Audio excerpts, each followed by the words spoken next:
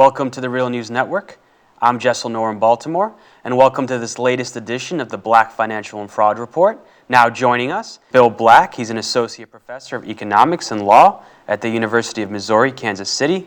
He's a white-collar criminologist, former financial regulator, author of The Best Way to Rob a Bank is to Own One, and a regular contributor to the Real News. Thank you for joining us, Bill. Thank you. So, Bill, what do you have for us this week? Well, some possible good news. There was just a big hearing in front of this massive House Financial Services Committee, which is up to almost 80 members. And the reason it is because both parties now stick members of their party that are going to be in tough races on the committee because you're guaranteed to get so many political contributions from the big banks. Well, that's the bad news. The good news is that they had witnesses who had an unusual degree of agreement on the fact that things are screwed up and need to be fixed and how to fix them.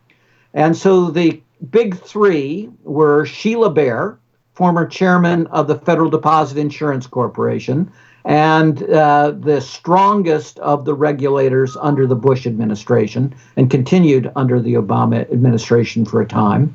Tom Hoenig, the former head of the Federal Reserve Bank of Kansas City, a real gruff guy who is now the vice chairman of the Federal Deposit Insurance Corporation. To give you an idea, when he was with a small group of us in Kansas City, he announced that every 4 years we hold an auction in which we auction off the Secretary of Treasury to Wall Street, and that of late Goldman Sachs has always been winning the auction. So that gives you some idea of his view of the largest banks.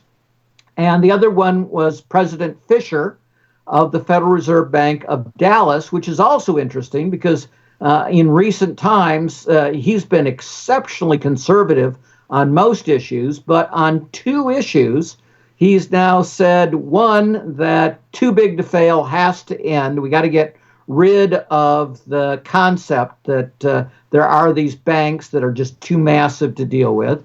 And in this hearing, he has just testified in favor of the return of Glass-Steagall. So, Bill, can you talk about the significance of this call to pass some type of measure that would bring back Glass-Steagall, and talk about what Glass-Steagall is, the fact that it was repealed, and what that led to? Give us a little background.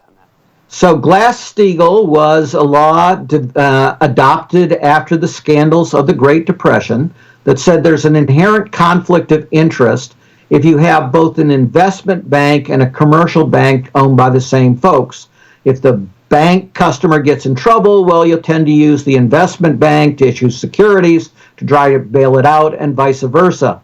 And so Glass-Steagall said you have to have this separation. You can't do both of them. And this worked spectacularly well for the U.S. financial system. After the Great Depression and World War II, it became the top financial system in the world. And so naturally, we decided to screw it up. And we decided to screw it up first as a combination of the regulators and the big banks. We got together to pass rule after rule that was designed to have the death of 1,000 cuts of Glass-Steagall. And then finally, under President Clinton again, they got rid of Glass-Steagall entirely. And, you know, there's a debate about how much it contributed to the current crisis, but it certainly was not helpful in the current crisis, and some people believe it was actually disastrous. So that's what Glass-Steagall was. It was repealed, as I say, over a decade ago, well over a decade ago. But now you have three very prominent conservative, I think all three of them are Republicans, experts saying we need to bring back Glass-Steagall. And they're also saying, all three of them, that we need to get rid of too big to fail. And we have a bill in the House that has over 60 co-sponsors. Well, the House has, hundreds of members, so that is hardly enough, but that's a significant thing in terms of co-sponsors. It's the first time we've had any real momentum to do something serious about the problems of too big to fail and the problems of the conflict of interest. So, as I said, we actually have some potential good news. Well, Bill, I mean, we have Dodd-Frank. Why isn't that enough? And I know the folks you mentioned early in the interview, they had some responses to Dodd-Frank as well.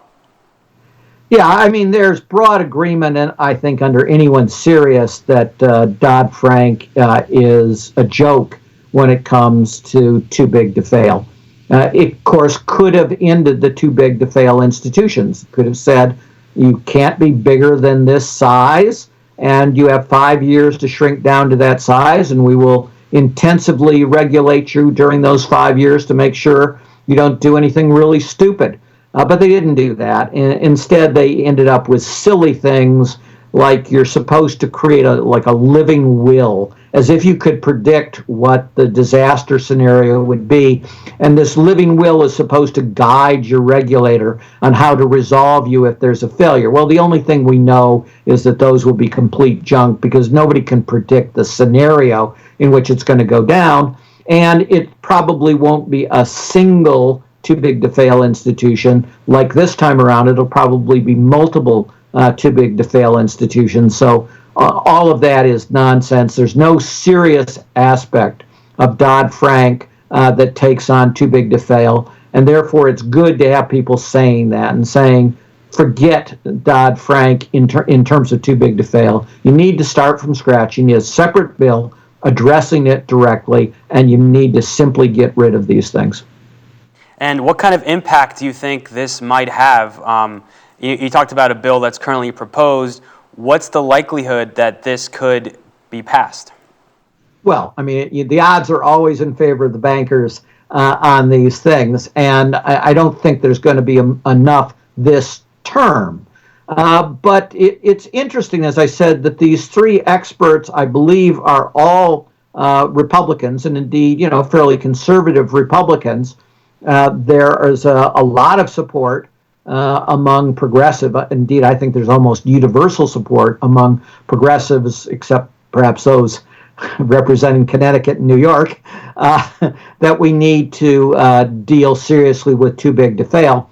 So this is the type of thing where you could build serious momentum. It's certainly worth people's efforts at this point to learn about the bill. One of the co-sponsors is in Massachusetts and such. As I said, they have well over 60 co-sponsors at this point, and that's significant. And at a minimum, we can start making their life miserable and putting them partly on the defensive. Bill Black, thank you so much for joining us. Thank you. And thank you for joining us on the Real News Network.